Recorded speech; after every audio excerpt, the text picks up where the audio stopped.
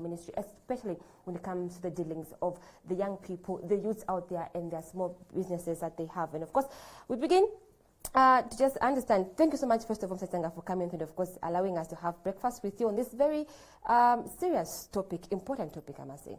Thank you so much. It's always a pleasure to be here. Thank you. First of all, just give us your perspective when you got to see that we've got, you know, these three ministries. Among them is the Ministry of Small and Medium Enterprises. Do you have any thoughts or aspirations that you're going to see the impact of this particular ministry breaking down to how it's going to be of benefit to the economy, especially when we talk about the small businesses that are being run by the young people in the country? Yes, we've got quite a number of potentials with these new ministries. One of which I would like to point out is that the creation of the Science and Technology Ministry is also one of the key factors, actually, which is going to help us. We can actually modulate economic growth based on science and technology issues. And also, over time, we've actually been lacking to place a lot of emphasis on the science and technology, because some of our other colleagues in the region, they have actually accelerated so much using the technologies as well as the ITC, overall benefits. But when also we look at the issue to do with small and medium enterprises, we understand that SME plays a very critical role in the economic setup. And if you look at the composition of our economic structure in Zambia, we've got a large pool of SME employment, which has actually taken about 50% of the working class in Zambia. So I think coming up with the medium, the small and the medium, enterprise is actually a very well placed, ministry, which should be able to now help galvanize ideas that can be productive and can bring about economic development. Then when you look at also the issue to do with the green economy, of course, this component has been lacking over time. If you look at the overall, in terms of the global perspective of the green economy, we've seen that in the economic setup, we do not need to just depend so much on the carbon industries. We need also to have a concept of, environmental sense, in that we should be able to do business with a deep sense of, conscious in terms of nature. So the green economy also comes in to play a very critical role. As we make money, we are also taking care of our environment as well. One particular thing that is very evident about the New Dawn administration is how they're really trying to focus so much on bringing back the economy to a level that we can all be proud of. And of course, we saw just the other day how Cabinet, of course, approved the 2022 budget framework, which, of course, is going to be able to focus on restoring economic growth and safeguarding livelihoods for a prosperous and equitable Zambia. They say through economic transformation, as well as job creation, human and social development, environmental sustainability, and good governance environment. What kind of a picture do you have when you get to hear such sentiments in that AGA? And then these are some of the things that Cabinet really is approving as they get to look at the 2022 budget. Well, if you look at the current scenario, or even just when you look at the recent performance of the Zambian economy, has not performed to the due time expectation. So coming up with a sentiment of value or expression of saying that we need to reboot or revive the economy, it is something that is a very welcome idea, because obviously what we are looking at a situation where we need to sustain some of the key fundamentals. I can give you maybe a scenario here. If you look at the issue that we have actually been having, we've been having the issues to do with maybe the debts as well as the slow economic growth, even now compounded with the issues of inflation, accelerating, and few other microeconomic indicators also shaping a different negative directions. I think what is required at this moment is to look at how we can salve the economic fundamentals and ensuring that they start performing. And we can also support the social sector development, or rather side of the economy, by ensuring that we have a very stable and buoyant economy. So with the way things have actually stood, I think it would be more imperative that even the small-scale enterprises ministry should be able to ensure that when it comes to the participation of the medium players in terms of businesses should be able to actually be having friendly policies. And one of the things that I feel that should even happen in the New Dawn government is that they should look at some of these policy instruments that have actually been failing us. And even now, the issue to do with the Minister of Commerce, I think Minister of Commerce should ensure that the policy of indigenous participation, which is actually local context policy, should be enacted because it has been laying idle in the Ministry of Commerce. And that should be even able now to help us, accelerate in terms of growth, so that we're able to participate in the economy fully. Because what has been happening that we have talked about the local contents in several capacity, in several ways, but it has not actually bared the desired fruits. So now what we also need to do is that when it comes to agriculture, we need to go to a point where we're exporting later processed goods or goods that have actually passed through what we call vertical integration model process, so that we're able to have something out of there. Because what has been happening over the time is that we have exported some of the jobs by exporting raw material in terms of Chisanga, on that particular point of exporting already finished goods, really, are we ever going to see that being actualized? Because it is something that we cannot take away the benefit that it has. It's going to create more jobs. It's giving value to these goods, and then that's mean more value, more money coming back. Talk of export, going to have foreign exchange happening. We know exactly the importance, the benefit that comes with exporting finished goods. But where are we failing it exactly? Where has been the problem? And it's on that particular side. Yes, we've seen how, foreign investment has really done so much good for the Zambian people, but are we able to get to a point that, are we ever going to get to a point saying that Zambians themselves are part of this, process of being able to have finished goods locally as well as outside? We do have associations, like the Manufacturers Association of Zambia, trying to do their part, but it seems like there is still something hindering our growth in that particular sector. Well, it has something to do largely with the political will. I'm sure if the president has put a very strong sentiment regarding this, and I also heard that the Minister of Finance, Honorable Sokotwan, mentioned strongly to say we're going to do a variation in terms of export for non-traditional products or exports. I think that is the way things should happen. If there can be a strong sentimental value in terms of what the president is talking about, and things tend to actualize in that sense, I think we're going to see quite a number of things. Even when it comes to the issue that we have been facing as the nation in terms of inflation impact, it has always been rooted through exchange. So if we try to buffer our export, both in the tradition as well as non-tradition, we're able to actually counterbalance on the effect of inflation. Yes. Let's talk about the Zambia's connectivity to the countries, her neighboring countries. Do you think we've really taken much advantage of the countries that are bordering our borders, the countries that we are neighbors with? Because I'm aware of some of the challenges that we talk of Mozambique, talk of Zimbabwe, talk of Congo, we can take food there, we can take some of the food items that talk of, the beans, talk of the copper and whatnot, but we still do not see so much of that happening. Do the Zambian people, if we can just bring it down at an individual level, do we appreciate the position that Zambia is positioned with right now, and also the resources that we have at the end of the day, to be able to take them to other countries as well?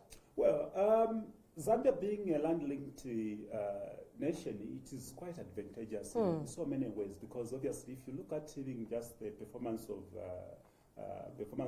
Malawi, performance of Angola, performance of DRC, and even much more now when you go to the other side, Zimbabwe, all these pose to have a good potential for most of our export. If you look at even Congo, I'll give you some typical examples. You look at just selling goat. Goat there is fetching about 800, 1,000, just one goat. And when you look at the outskirts of Lusaka, you get goat for maybe 400 or 350. and then you make abnormal profit when you take it to Congo border. So those are opportunities that we could actually even put forward, in place, and ensuring that we have robust, interaction with that. And even when you look at even just Millennium is quite also lucrative in the borders of Congo. Yeah, and also even when you look at Malawi has not expanded so much, even when it comes to, they used to do with the ITC. But we've got a potential here.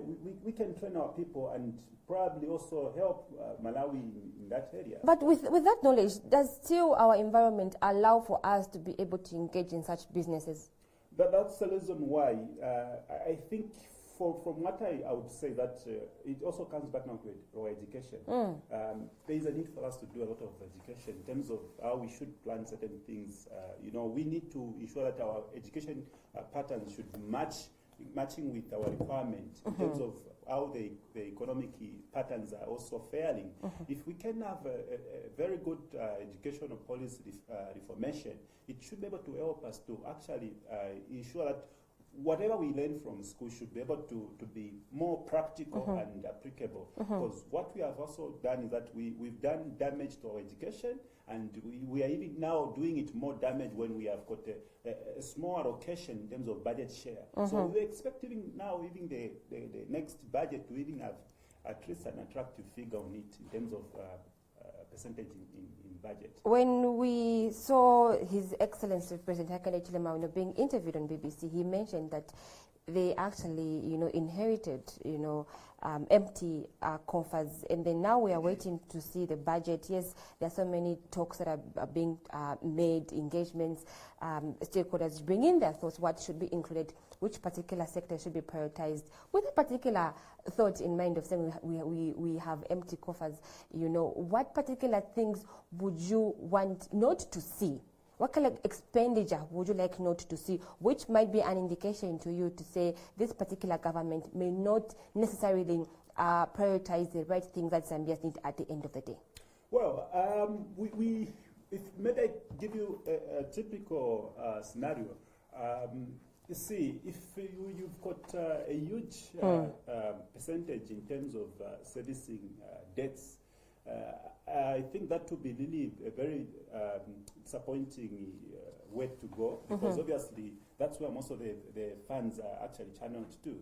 And also, maybe if we could actually try to reduce on infrastructure, because that's what has actually even caused this nation to where we are.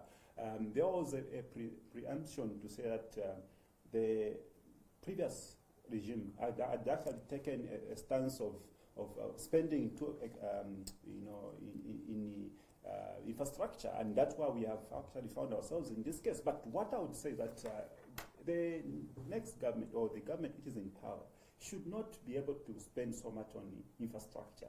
They should allocate more on education, allocate more on agriculture, allocate more on science and technology, allocate more on the enterprises as well. So at least we stimulate and steer the economic growth and ensure that we have a proper positive development in terms of stability. So to you, those are your 4 important keys that you think would be able to, revive as well as stabilize our economy. Sure. Education, agriculture, science and technology, as well as the SMEs ministry. Yes. For you, these are the particular... These are quiet, but of course, with the strong focus in terms of policy framework toward the mining, because the mining is a sustainer of this economy.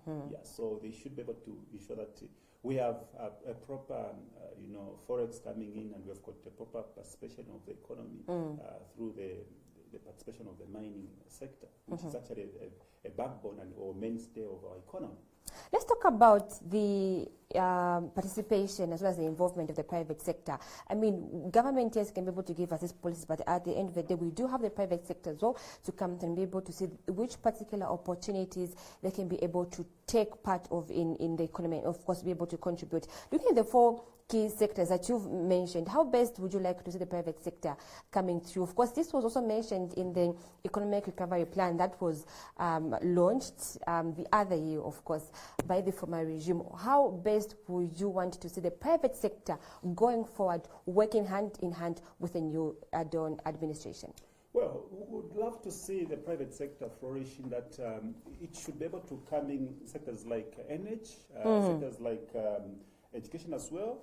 It should be able to come also into agriculture, because these are three main key things that we need to look at, and also ensuring that if it's mine, they should be able to ensure that they provide the basis of transparency as well as the accountability. I think that would really help so much to move forward as well. Okay. Yes. Okay. And then there was some calls recently coming through, if I'm not mistaken, from on the vice president, of course, you know, indicating that, you know, the civil servant should be able to have a different mindset. Their work culture should change, of course, in line with the expectations of the new Dawn administration. This, for me, didn't necessarily just say, okay, this is a civil servant issue, but I think it should trickle down to each and every Zambian if you want to see the country go forward. What kind of a mindset then should you and I have for us to be able to see, come 5 years from now, we should be able to feel, to say, I contributed to the economic revival of the country? What particular opportunities can the young people out there, ordinary Zambians out there who are watching, be able to take advantage of with the new Dawn administration?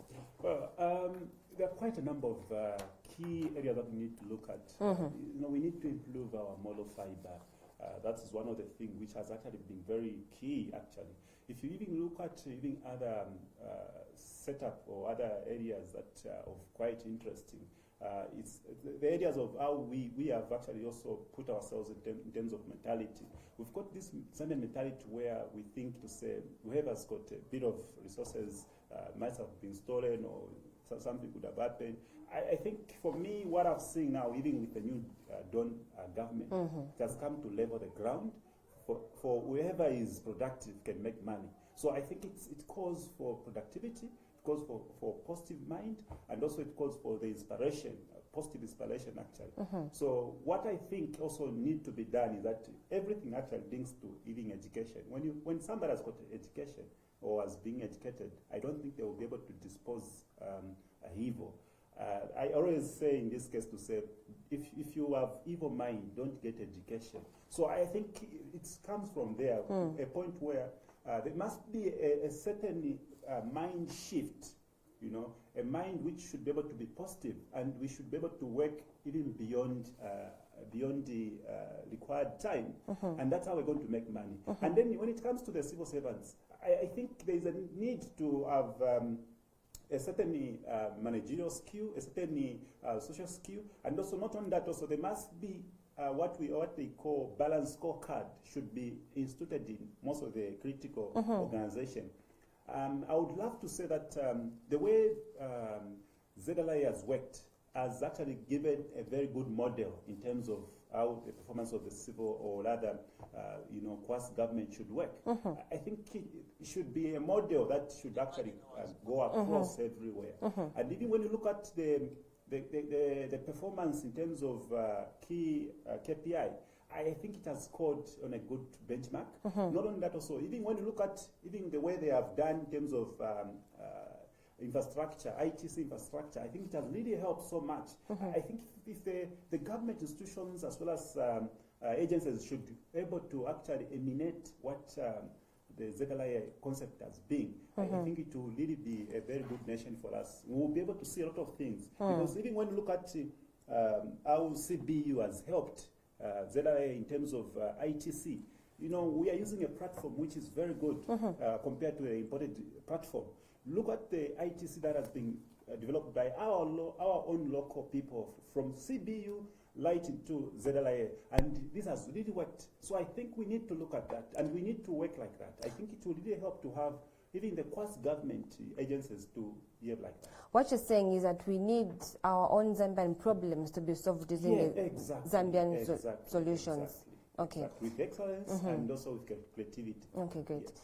When we were having the inauguration of the 7th president, we saw President of Malawi, Lazarus Chakwera, actually coming out with a very beautiful speech, and also his emphasis was more like on the kind of, I might say, interference or interest of the superpowers on African issues that are faced, and in some way Africans for a long time have lived with the mentality of saying our problems can only be solved by a white man's hand or solutions. Now, when you look at, even the president's trip to the UNGA, in America, people are saying we're still going out there hoping for people to be able to give us solutions. Are we ever going to, is it possible actually for Zambia now, Chisanga, to be able to solve these problems without expecting so much from the superpowers?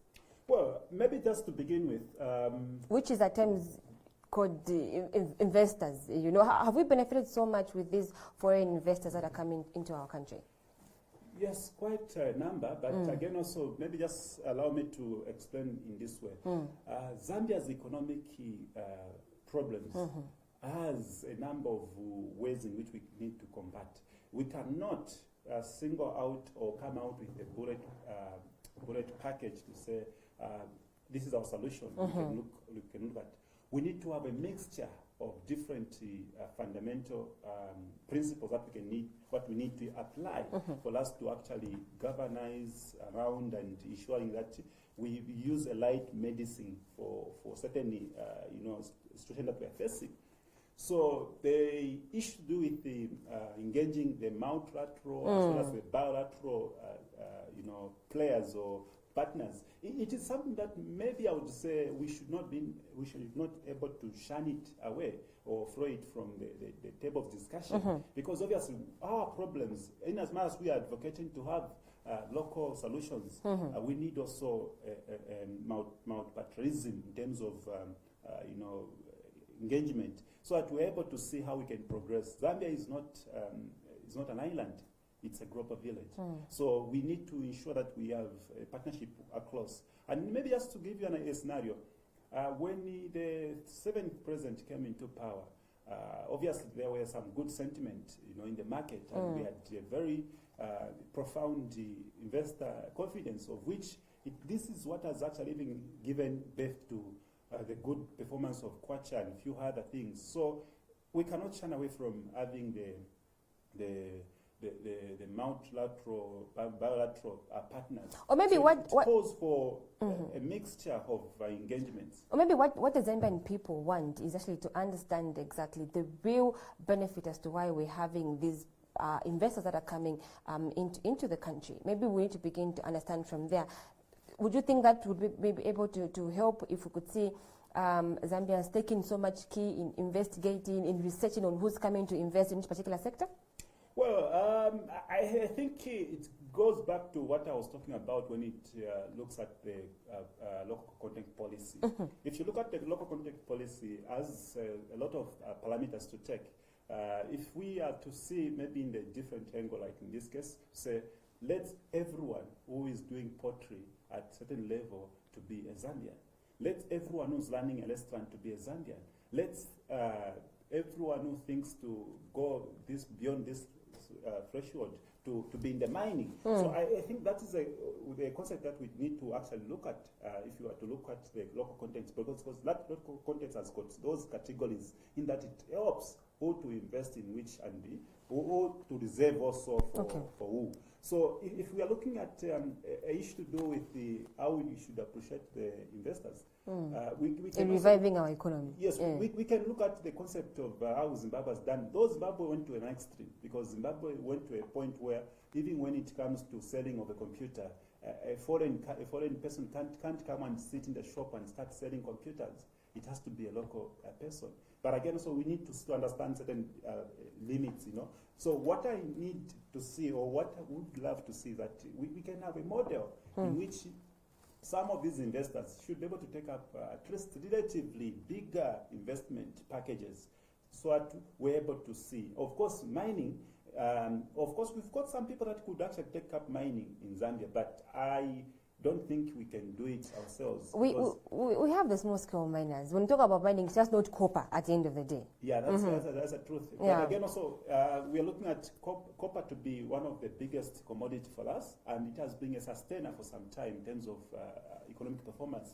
So if we were to pull it away and maybe bring the issue of getting somebody to be on board. Even when it comes to government, I still stand to say that Mopani cannot be run by government. It needs a second hand also. At least even some small percentage should be able to be there in the private hand, so that we're able to see how we can get through in this situation. Because obviously, this is what I'm saying about Mopani. We need about $300 million to actually recapitalize it. Do we have that money when we even have been failing to pay some of the debts? So I think it requires us to look at all those issues objectively. Mr. Chisanga, I think we can be able to talk about this particular topic the whole day, but of course our time is to end here. Thank you so much for coming through and just giving us your insight. I've taken away the 4 sectors that you've mentioned, and let's see what kind of allocation is going to be given when it comes to the budget. Thank you so much for coming through. So, of course, we're just having insights coming through from Mr. Kelvin Chisanga. He is a socio-economics consultant as well as director at operations at iNetcom Business Solutions, just giving us his insights, some of the strategies that, of course, the new Dawn administration of the UP and the Alliance now in government can be able to use to revive and stabilize the economy. We'll be taking a short break. When we get back, we'll now be looking at issues that have to do with peace in the country and how Zambia, some of the challenges that Zambia has been faced with in trying to keep its peace intact. We'll be back after this.